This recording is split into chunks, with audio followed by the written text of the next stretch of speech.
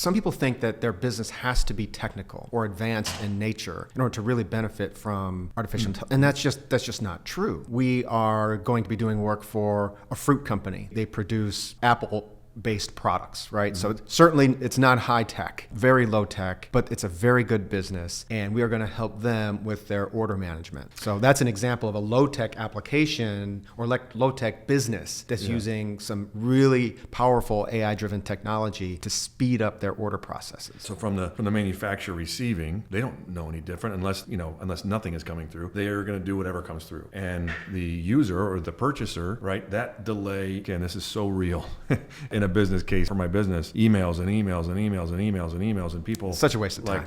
I don't know what it is. I can't see your side. I can't see your side. And the human element of the people doing that work. And do you think they like doing it? No. It costs money, it takes time, and no one likes to do it. That's perfect for automation. Welcome to The Roll Call, the podcast where we dive into the roles that define us. I'm your host, John Glahn. On each episode, we explore the journeys of people discovering their true roles in life, business, and beyond. Get ready for inspiring conversations about finding purpose and authenticity. Let's roll the roll call. All right, welcome to The Roll Call. I'm John Glahn. I have with me Todd Calloway, co-founder of TalkTime AI, and has many, many years in the real estate business and many different facets. So we're all accounted for. Let's start the roll call. Awesome, thank you. So Todd, I know this was a quick budding conversation, right? Because I know you from the personal side. We belong to the same club. So from that, and what this is called the roll call. So I love to talk about all the things that happen from the roles in our lives from entrepreneurs. That's again in the business, but really how I really got to know you even more so is the role that you play outside of business, which is in the community, in our club. But then fast forward, I'm seeing this crazy guy jumping on my Instagram, jumping through windows and doing all kinds of stuff, and I'm like, wait, is that Todd Calloway? Yeah. Is that guy? Yeah. The guy I know who's running our club and doing all this stuff? Like, that's crazy. Yeah. So, how the hell are you doing this AI stuff now? What? Tell me about that. It's been a really fascinating journey, and a lot of passion is in me around artificial intelligence. Have some fun marketing it because it's such a new and fun thing. You get to be so creative, and allows me to flex some creative muscles for sure. Most of my career has been centered around real estate, so hard assets. I still do it. I love it. And as I was trying to reach out to acquire more real estate, I was becoming more and more frustrated how hard I had to work to get one property. I wasn't able to scale. I'm an entrepreneur at heart. I've been that way ever since maybe a year or two out of college. I knew I needed to have the freedom and the flexibility to be creative in my career. And a handful of years ago, I started to become more interested in automations to help me reach more sellers, to do more business. And that's kind of what's driven me to explore this artificial intelligence path as a career. And I'm just having a lot of fun building it, sharing it with the world, and even marketing it because it's such a new thing, and you get to be so much more creative with, how you talk about this brand new evolving technology, which frankly could be the most dynamic and important technology in humankind to this date. That is, and I know so many people are excited about it. So many people are scared about it. Right. Again, I think it's nebulous thing to so many people, but as we were reflecting, right, you're talking about hard asset type of things, and I think many people are equating AI to the soft side of life, whether it be writing something, again, the simple stuff that you can just chat GPT, or implementing it into software or something like that.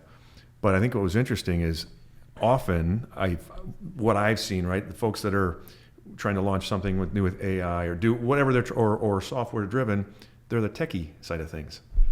And I know you're a very astute and smart person, but I don't know if you'd consider yourself like a techie, right? No. So going from hard assets to doing this now, what's that switch for you that was or what was the experience that led you to say, wow, I can actually do this in this business?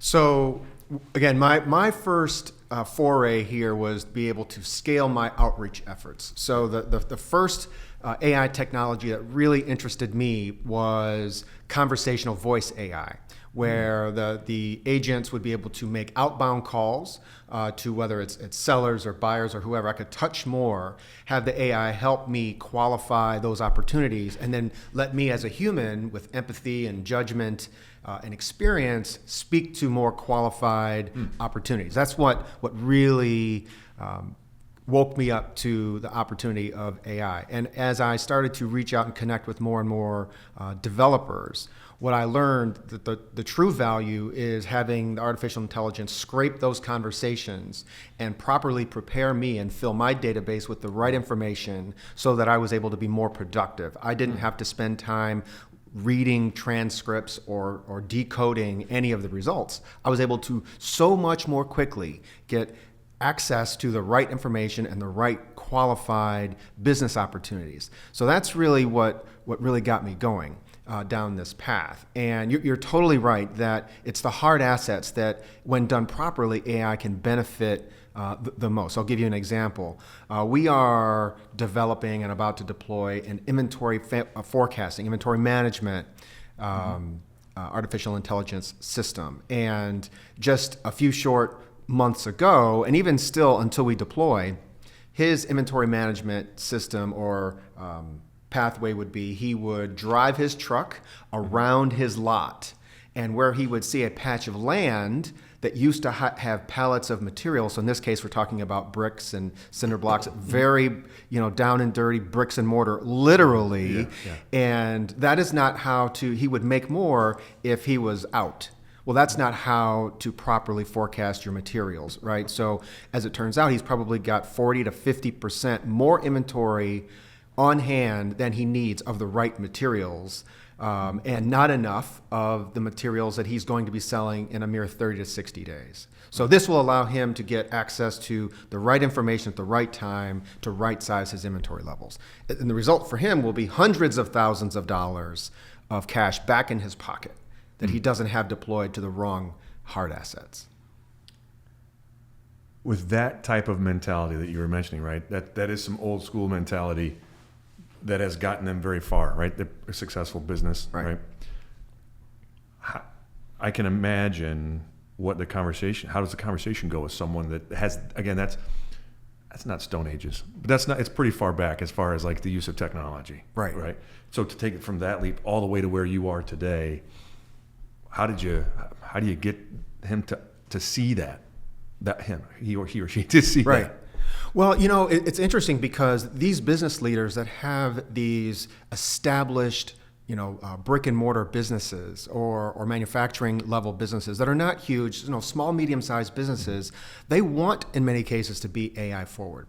What they're missing is an AI partner that wants to work with them, even though they're not a Fortune 500 level company. They might be a $2 million company or a $50 million company. And the big AI developers aren't really fishing in that sea. And so there's such an opportunity to bring such value to SMBs, whether it's regionally or nationally. It's just really sitting down because they want to. No one will give them the time of day. Right. Which I find that incredibly interesting, and it allows me to bring such value and then have our services be appreciated, right? Because he's gone so far to say, hey, once we deploy, I would like to have you meet all of these other companies that I know that are in the same position. So a very organic conversation with someone that wants to be forward and wants to help spread the good word about what AI can do, help their businesses without hurting their employees. I think you just hit on the point that I think is relevant. Is you said that they want to, right? They want to be AI forward. They want to, but they don't know how.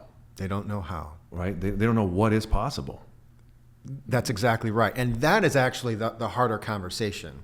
Because in our case, we are industry agnostic, which means that we can help tech companies, we can help fruit companies, we can help brick companies, real estate companies. It really doesn't matter so long as you have business processes that we can study. right? We make sure that we're able to help kind of no matter what your pathway is, what your business is. And it's more about kind of documenting your processes, right, first, and then helping those that want to be helped, and then helping them go so far as to educate their own team members on how AI can help them, right? Because that's the other piece of this equation is employees of a company fear that AI is there to take their job. Well, our thesis is to perform and deploy AI in a very ethical manner. And part of that for us is what we call enablement. And yes, there's some technological components to enablement. But what we really mean by enablement is to connect with and educate their team members on how this helps them become more valuable. So, we'll share, just think fast forward to 4 years. Do you think whether you're at this company or the next company, are they looking for people that are more AI enabled or less? Well, of course, the answer is more. So let's help you become more valuable. Yeah. Right? And it's a very easy sell once you show them that this system is not here to replace you. It's here to make you more valuable and frankly help you upskill, right? Mm-hmm. More upskilled people with AI will be more valued both here and at their next opportunity. Yeah. And you already hit on the part where I was going to get. There's so much, again, folks are scared, right? At the upper level, management is excited because they can see how it can hit the bottom line or whatever. But the folks at the bottom they're scared. And so I think it's super critical on that conversation. And I know we had talked about it before. I think that's part of your, not just your process. A key part of it is the people side, right? It's how you're going to integrate them. It's incredibly key to show them how to use these systems, but how to grow with and embrace AI, right? So what we encourage people to do is you're going to have to get a little bit more creative in your thinking about roles. So think about a traditional project manager role, for example. If we're really honest with ourselves, some of the things that a typical project manager, some of the things that they do can and will be automated. So what a project manager or any type of person, a management level person has to look at their skill set. What are their daily tasks? What do they do? And be really honest, these things can be automated and these things can't. And acquire and flex more of the skills that can't. We're talking about human empathy.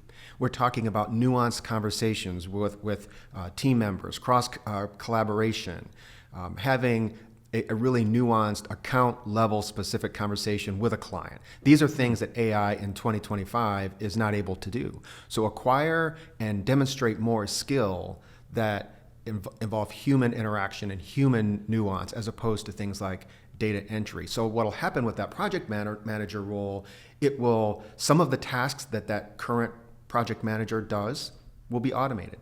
And that project manager will have to embrace new tasks. There will be new roles that don't even exist today, right? You will need to be able to audit AI-driven prompt, right, and results, and be able to analyze all of the information that you're getting. So whether it's analytics, it's prompting, it's auditing of artificial intelligence results, new roles will be created that we don't even know about yet.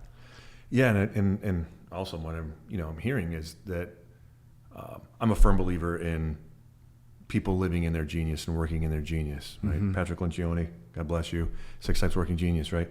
The more you love doing what you're doing, the better you're going to be at that. So in a role, again, from a human perspective, project manager for one, like again, great example. There's a lot of just data entry in that. There's just we're just checking up, where are we on status, right? And some people might enjoy that, but in many cases there's the technical aspect. There's an interpretation aspect, right? That probably is more of a human element to that. And the ones that are the best at that are doing the higher level thinking in their job anyway, and get bogged down by some of the other things, or like you were saying, some nuanced thought about that account. They're not going to remember everything. So, but if more we can put things at their fingertips and really get, again, the ones that are really good at it and doing the great stuff that they love doing, like, look out. Because most people are like, yeah, no, that's a part of my job. Well, no, that doesn't have to be a part of your job. It supports your job. Right. and really how much better can they be at it? How much more proactive can we be? How much stickier are we to our clients because we're doing the real higher level, the nice to haves, Right. instead of what we have to do. It creates a boutique, a whole different boutique kind of experience, and Right. And to your point, makes you that much more valuable to the company. There's no doubt about it. So I was recently at a car dealership. My daughter's car was hit in a parking garage. So I went inside, and the body shop manager spent some time with me looking at the car. He was very personable. You can tell he really enjoyed looking at the car and diagnosing what the problem was and all those things. And we got to talking about AI a little bit. He was asking me what I do and things like that. And so we go inside, and he had this stack of folders. And he said, each one of these, it takes me 90 minutes to do one, because I have to research exactly what parts, different part systems. And he's kind of joking with me, could I just take a picture of your car and talk into my phone and have it connect with my parts systems and have it generate out all this work that takes me an hour to 90 minutes to do, and do it in minutes?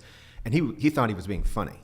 Yeah. I'm like, no, yes, that's very possible. You can definitely do this. We're actually talking with them about putting that together. But what he enjoyed, to your point, was connecting with me and looking at the car. Mm-hmm. What he does not enjoy doing is looking up pricing of each individual component that would need to be involved in the repair and manually typing it in. He didn't enjoy that. So we're talking about a way to help him spend more time with the things he enjoys doing and less time with the mundane, repetitive work that brings him no joy.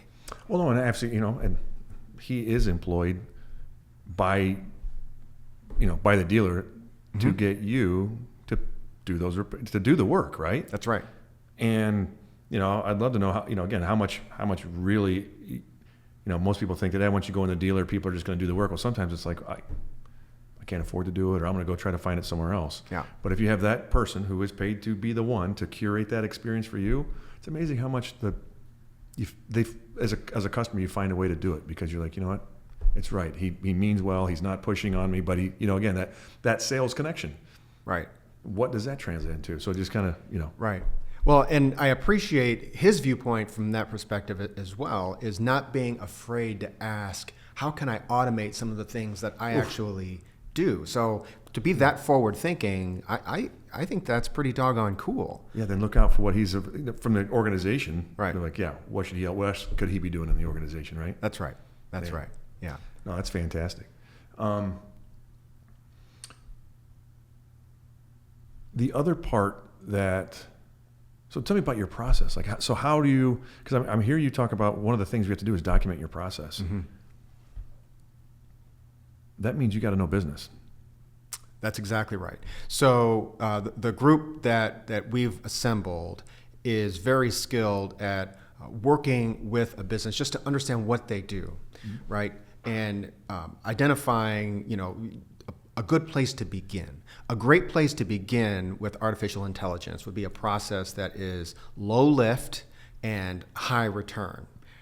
Because we've seen it over and over and over, when someone pays a little bit and gets a lot of value in return from their AI-driven project or system, they are almost always inspired. Well, what about this or what about that? They become inspired, and we can get into more critical elements of their business. But so that's really the beginning step, is just to build trust with low lift, high value, low-hanging fruit places to start. Sure.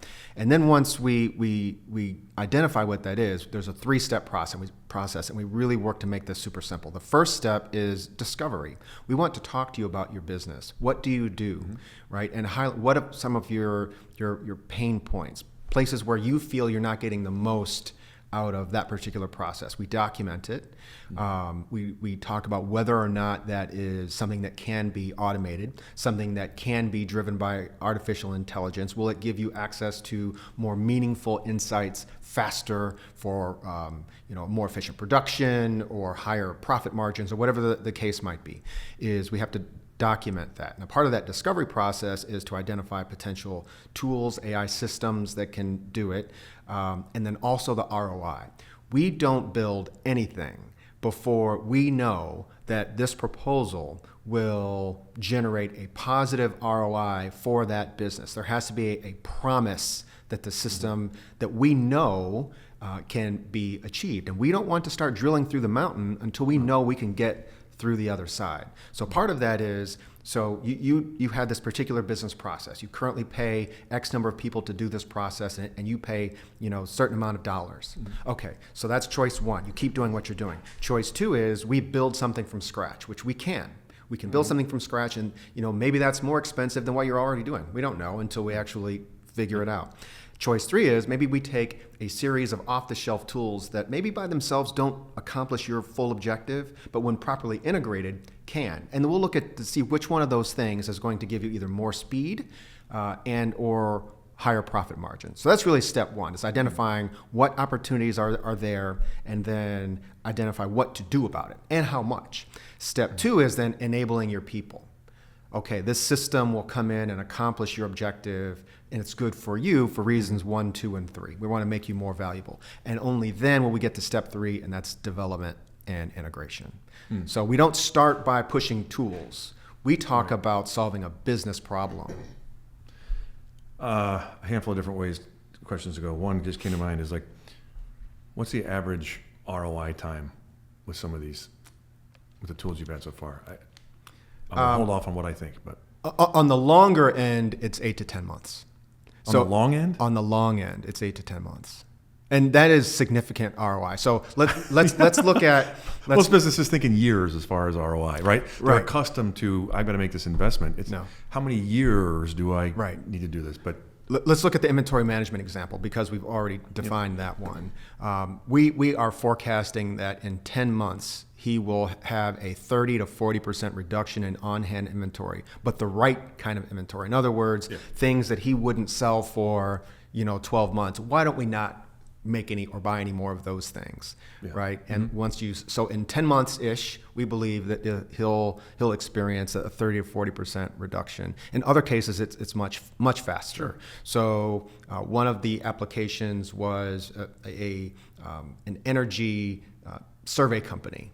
And in this particular case, they were, a smaller company, they were spending $10,000 in human labor to evaluate the surveys that the team members were conducting.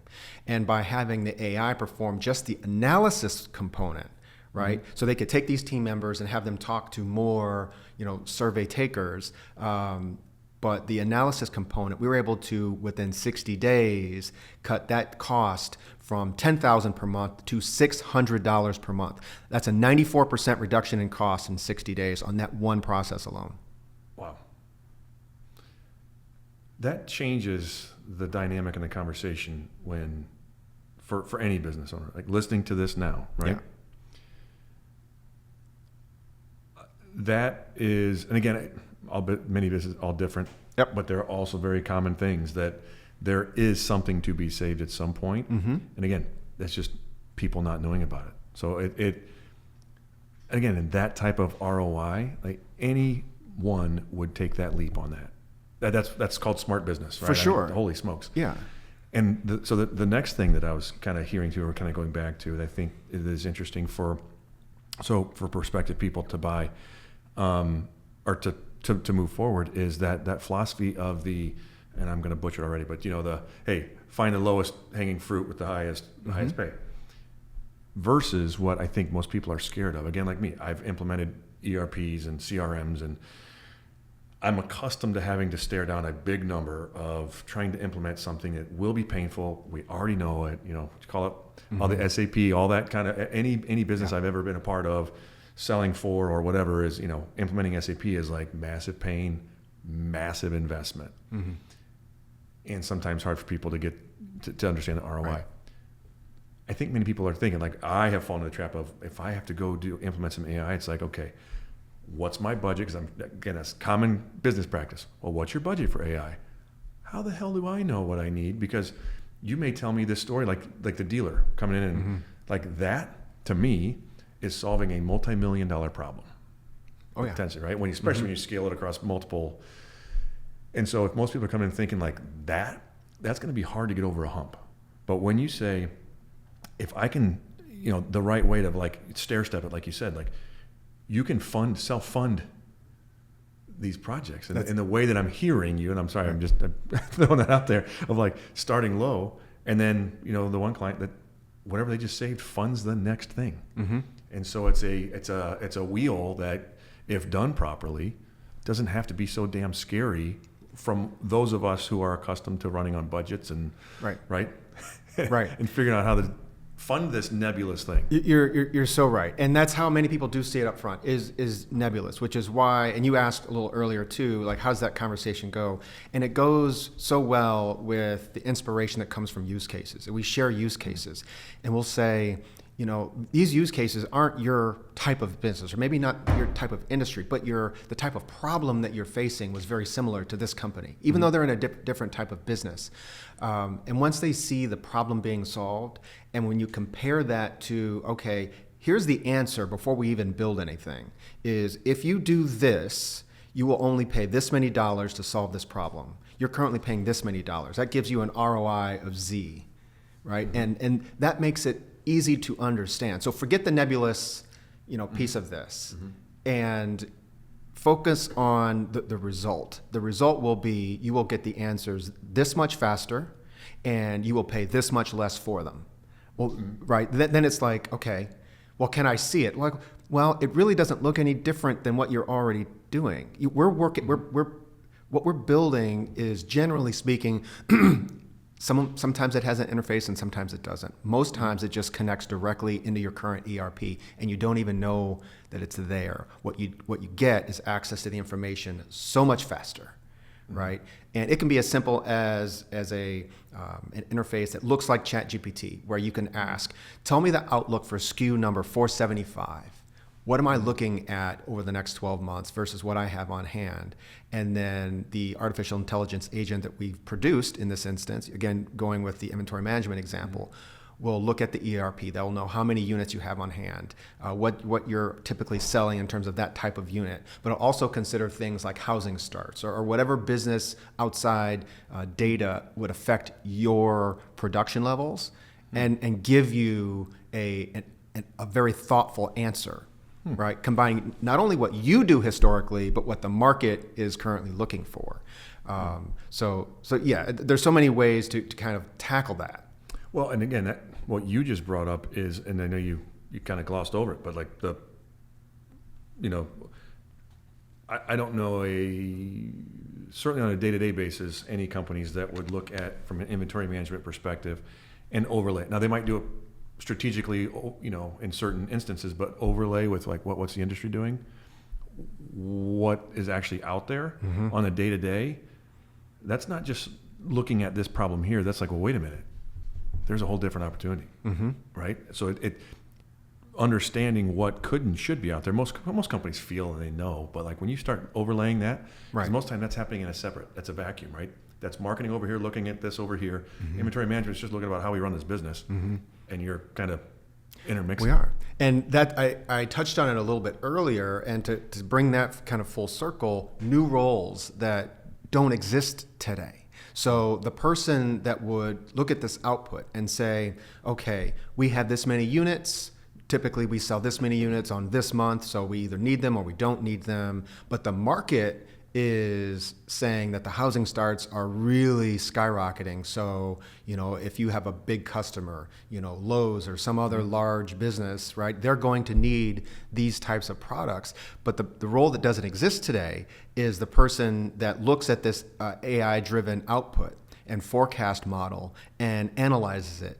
That there is some, the human nuance to make sure, does this make sense, right? Can we afford to do this?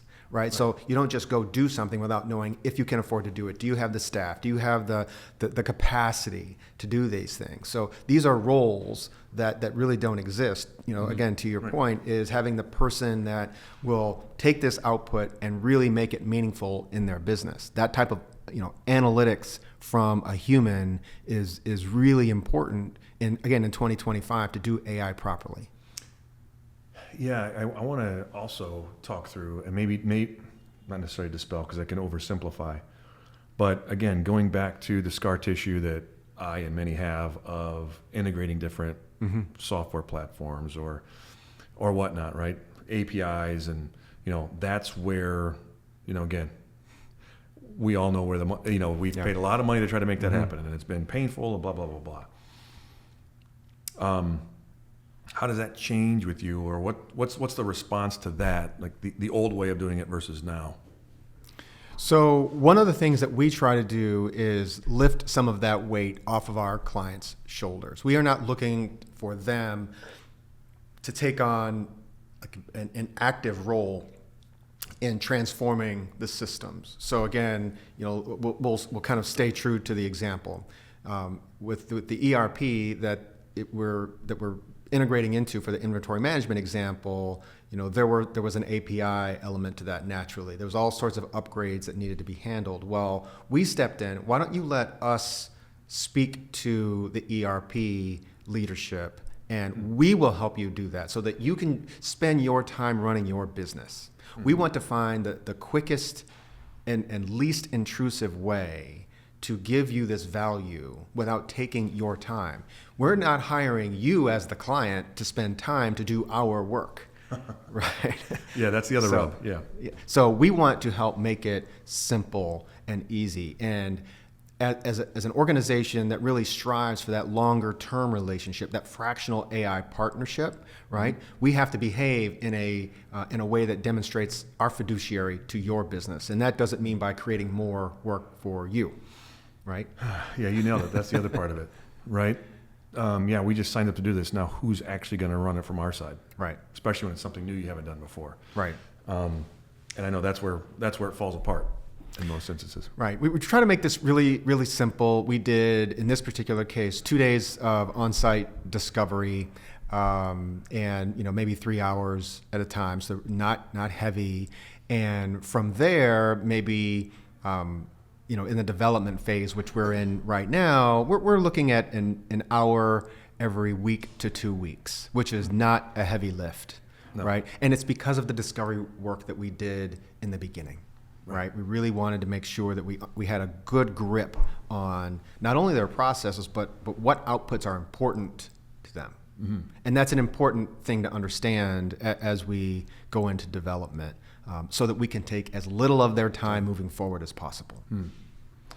What a noble concept. Actually, one thing that's hitting me, that is like aging workforce. Anyone can say how times have changed and whatnot, but there's a real thing with aging workforce, that technical aptitude, the technical that they bring, the experience they have, and translating that in a way. Because I hear it from any industry that I'm a part of with my clients. I hear it in so many ways. Of some companies can try to emulate and or hire someone and let them work under them for a little bit before they retire, or again in the corporate world with layoffs and whatever. Right, that's the ones that go. The highest paid ones are generally the ones that are going to go. How do we address that? Because I know there's the component of AI that there's no doubt about it. And just oddly enough, we are talking to another partner that is interested in helping different municipalities on the West Coast address this very question, which is an important one. And they have that aging workforce problem. And all that knowledge is in their head. So we are going to collaborate with some municipalities to be able to document what they know and get it into a system. We'll be able to help them document what systems went into certain jobs, so that you can again have a very simple, QA Chat GPT type interface. What's the part list that we used on the Main Street, pipe job, whatever it might be, and have it give you all the information that you need, as opposed to going ask Bill and Bob, who are off at lunch because they're older and they don't put in the hours or what have you. Yeah. It's a very real problem, and we are working on that actively now. And it's really just about putting the right data in the right places and connecting the right artificial intelligence model to connect properly with that ERP or whatever system is housing that information so that it can be easily garnered by an English question, right? Just being able to go in and ask it in plain language. Tell me about this job that we did. What did we do, and what materials did we use, and get a complete output of the scope, the materials list, and any related information that you need from that. So AI is truly, it's garbage in, garbage out. So as long as you organize the data properly, and in this instance, in this question, that will take a little bit of time to do. I mean, that's not an overnight thing. Maybe it's a couple of months just to be able to organize the data, but still. But if Bill is going to retire in 6 months, to take 2 of those months to organize the data that Bill has and get it into a model that we can build so that before Bill rides off into the sunset and spends a lot of time in Florida, that we can actually access that information real time, quickly. Yeah, I and that to me, because again, I'm from on the background of my base company, right, the sales company, it's technical sales. How much everyone wants such a quick response, right? That unfortunately, the days of I'll call you and I just need it by the end of the week. Well, it doesn't matter. All the shit rolls downhill. Now, owners, everyone knows they should have the answer within the snap of their fingers, right? Because everyone is the phone's at their fingertips. There's no excuses anymore, right? Everyone thinks they can get an answer very, very quick. Well, again, you're at the mercy of someone's availability. You're at the mercy of, who knows? They may get hit by a truck, and we don't have that information to pull from them verbally, right? But it's somewhere, right? And so that speed because right now everything is speed, right? The quicker you can respond to a client, right? There's metrics around speed that, to lead, right? And so I just and like you said before, right? It's not going to be right 100% of the time, but if you're 80% there, and let the you can make component, such dramatic improvements. But you just said, if a client calls you, I've got to go do the work to find that data. How about we do that one more time instead of 50 more times? Yeah. One more time, and then save that data and be able to access it at any point that you need, so that you can truly on your phone be able to look up while that client is on the phone with you. Not give me to the end of the week, is give me like 10 seconds and I'll let you know. Yeah. Right? Yeah. Those are not the same answer. No. And that's, like it's the fun. I've heard this throughout many years on the sales side of things, through sales management and whatnot, right? There's usually you have the answer, or it's someone saying, I don't have it, but I can get it to you. And everyone's always expecting to not get that back from them, right? They're just going to run off and never come back. But to your point, in 10 seconds, you can confirm, I can come back on that. Right. You can. What's the difference? And it's that human nuance of be able to look at that answer. Yes, this makes sense. Yeah. Right? No, it doesn't make sense. But getting you to the point where you have a person that is just, they're spending more time evaluating and doing QA on outputs as opposed to having to go do the work and then get burned out doing the work that they're really, sometimes they get lost of all the data that they've just researched, right? Yeah. How about while they're fresh, we give them that data that's 80% done, 90% done, and then you can tighten it up to make sure that it fits your particular objective, right? I see a lot of people using AI, and they'll take the first output that it gives. No. That's not the way. It's supposed to inspire. It's supposed to provide information quickly that you can make your own. Yeah. And then use your own interpretation of that data. That's what makes it valuable. Right. Because people can tell when you're not being authentic. People can tell when the answers are canned. Yeah. And that's not going to help your customer. No, and I think that's what I tell people too. Like, you can tell this is AI. Well, it can be AI. No one needs to know. Like from that perspective of like, oh, you didn't even give that response. You just put it in your own change it just a little bit. Like for me, where I am on again the day-to-day part where people use it, most people use it, right? Whether it's throwing something in ChatGPT, right? That's the 80% thing. It's like, get me to 80% and then let me get the rest of the way. Right? That's just the simplest version that I've used, right? There's no doubt about it, because what I interact with my personal AI agents every day, And I learned things and perspectives that I hadn't thought about. Let's add that into the conversation. I hadn't thought about this particular angle or perspective or viewpoint. Maybe someone else has a viewpoint that I hadn't, really considered. And that's where I think a lot of the value is. It allows you to really hone in on what elements are truly important and then focus there. Mm-hmm. Yeah, the high value side. Yeah. What application haven't we talked about? Like these use cases, like you said, like these use cases are the valuable part. Right. So, there's so many, and what's really great is, and we touched on it a little bit earlier, is some people think that their business has to be technical or advanced in nature in order to really benefit from artificial intelligence, and that's just not true. We are going to be doing work for a fruit company. They produce apple-based products, right? Mm-hmm. So certainly it's not high tech, right. Very low tech, but it's a very good business, and we are going to help them with their order management, mm-hmm. right? So just being able to take orders efficiently, bifurcate them without being delays. So many companies still use kind of an older technology that comes in. It's called an EDI, or mm-hmm. electronic data interchange. And if you're familiar with EDIs, it's a code-based order system, and if there's one error, it can interrupt the entire order, mm-hmm. right? And so they have people that have to go through that EDI and find the error before any one of those, say, 100 orders can be processed, mm-hmm. right?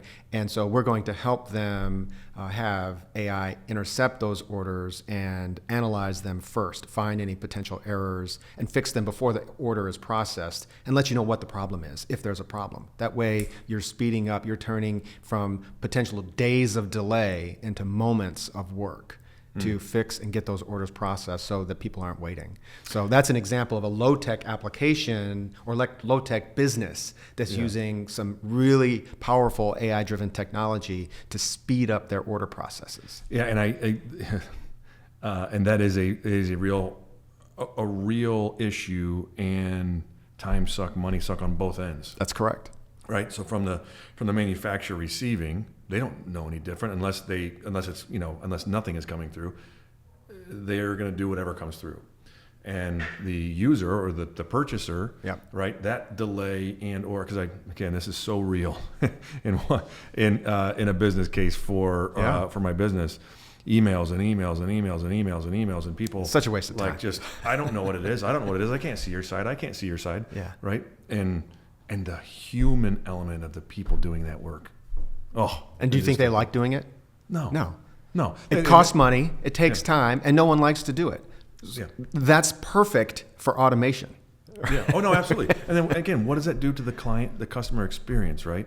You're getting the worst of people because it's the frustration that bubbles up. Mm-hmm. And so even though everyone's heart is trying to get this solved, it's like the frustration boils over, and it's just, again, that's just a ripple effect from the human side. Right. So that's a very powerful example to really kind of hone in and make sure that we're using it in a way to make all parties more efficient, stronger, faster, more profitable. Yeah, and I love using the word, again, people say win-win, or like the third win-win-win-win, that because everyone thinks there has to be a loser somewhere if someone's winning. Change that word to harmony. That feels to me like it's, again, I like it's that. The harmony of doing business. Right? Yeah, that's really fantastic. Yeah. Awesome. All right. I do want to hit on, because I think it's important for you as a human, which is why I have such a high respect for you. Without even getting into all of it, right? You're a volunteer extraordinaire at Meadowbrook Country Club, right? We've done gobs and gobs of work, of renovations, and it takes humans to do that Herculean effort, right? Volunteers mm-hmm. getting again, people forget that it's a volunteer position, and I'm sure I know you've been through the middle of that. It's been a few years. Yeah. And then parlay that into even loading that up even more on the president's side of things. So explain to me how, because I knew you knew it would be a pain in the ass like crazy. What made you jump in and help with that? So I joined the board at Meadowbrook at a time when we knew that we were going to be engaging on a journey for our master plan. And with 600 different really successful minds that are used to getting their own way, I felt that I had a unique perspective of staying focused on a North Star. And to me, that was very important, that if you're going to engage in a level of investment that Meadowbrook was about to undertake, that staying focused on a North Star, filtering in what was important, making sure that team building. So I like to think that I'm skilled at putting good people together to do good work together, that also work well together, that trust each other, and really believe in that element of collaboration. And I felt that I had something to add to putting the right team together and staying true to that North Star, knowing full well that it would never be about me or what I want or my wife or my kids think it's cool or any of that. Staying true to what the North Star of what Meadowbrook's membership said. And so that was a skill that I thought I could bring to the table. So that's why I did it originally. I'm really glad I did it. Yes, there are days that are very frustrating, but what keeps me really proud of what we've done so far, because we, new driving range, new parking lot, new ballroom facilities, an awesome new golf performance center. So much work has been done, is that my kids' kids will see the results of the work that I put in.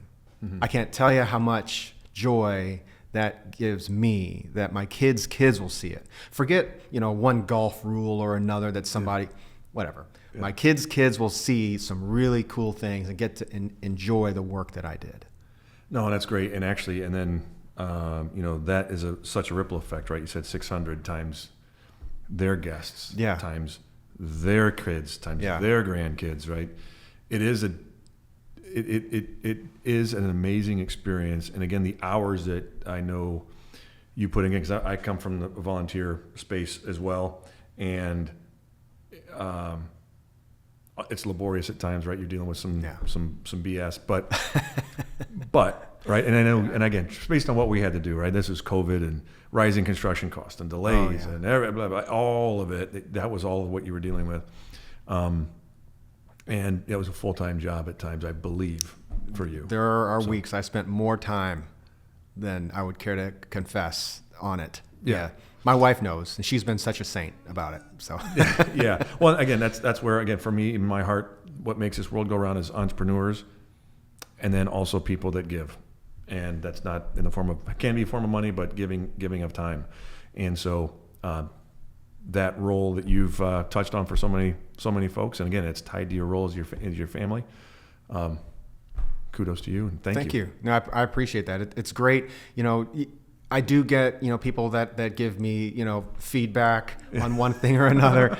But in truth, by and large, way more people, even though sometimes those that aren't as happy, which are very few, tend to be louder, by volume, the people that have been appreciative and very kind have far outweighed any of the negative stuff. Awesome. So people are happy, and that it just makes me happy that we're doing good work. Well, and actually, you made a good point, because you're focused on that North Star. You're focused on what we all said we wanted, not the stuff in between. Right. That's the end goal. Yeah, that's where we're going. That's awesome. What we'll do. And there were times when people came, we should do this.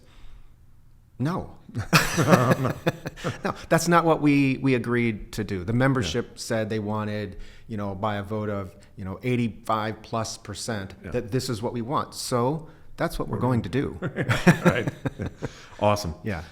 Well, I love to, at the end, ask my guest a mistake or failure that they've had that they've learned the most from, or at minimum, others can learn from.